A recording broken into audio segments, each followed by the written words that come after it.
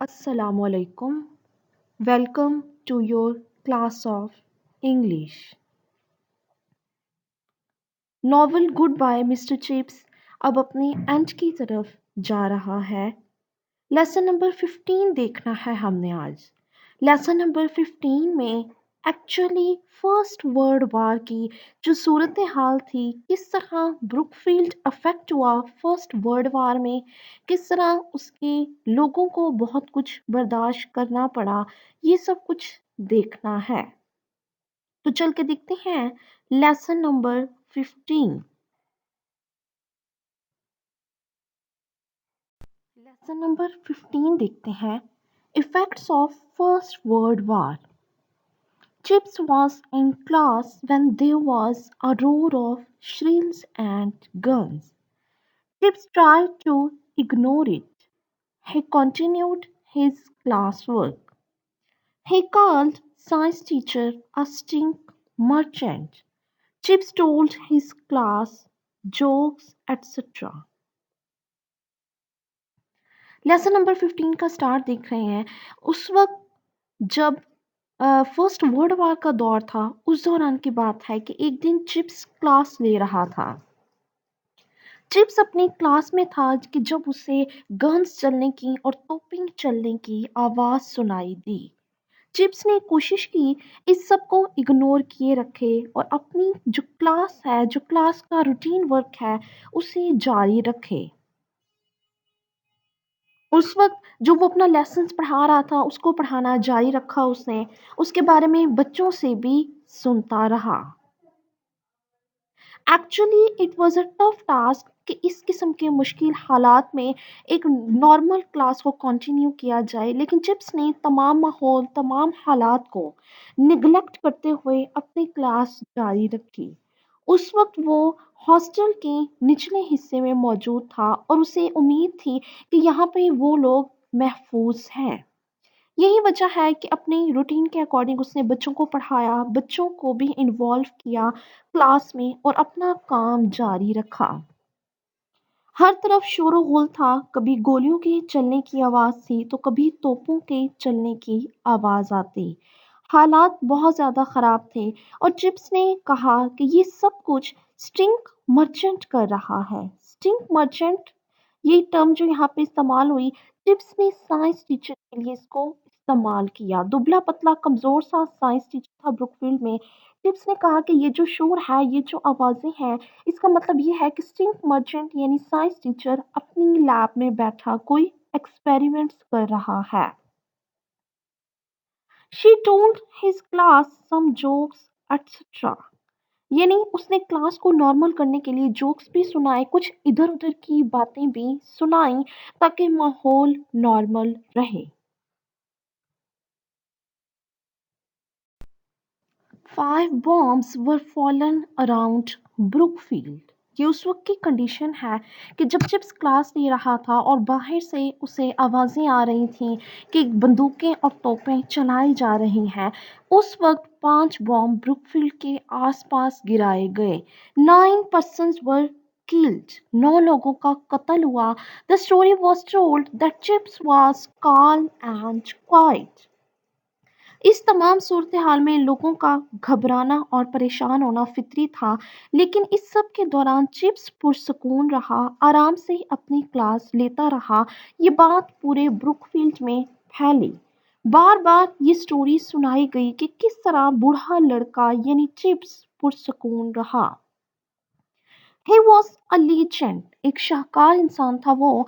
The war was ended on 11 November 1918। There was a celebration। और फिर क्या हुआ कि ये तमाम तर सूरत हाल के बाद चिप्स की स्टोरी शेयर की गई कि चिप्स इन सब के दौरान पुरसकून रहा। एनी हाउ कुछ अरसे बाद यानी 11 नवंबर को फर्स्ट वर्ल्ड वार अपने इख्तिताम को पहुंची।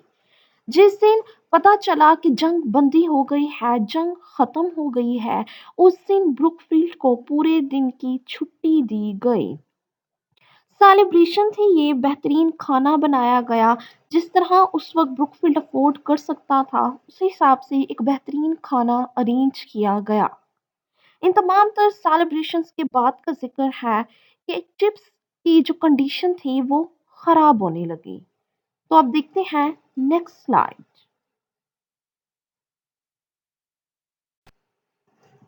Tips again fall ill. He left his school. He did not take any farewell this time.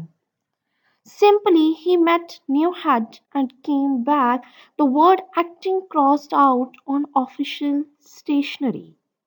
अब ब्रुकफील्ड में हमने फर्स्ट वर्ल्ड वॉर के ड्यूरिंग सिचुएशन क्या थी, किस तरह लोग मारे गए, ब्रुकफील्ड के आसपास बॉम्ब गिराए गए, इस सब को देखा।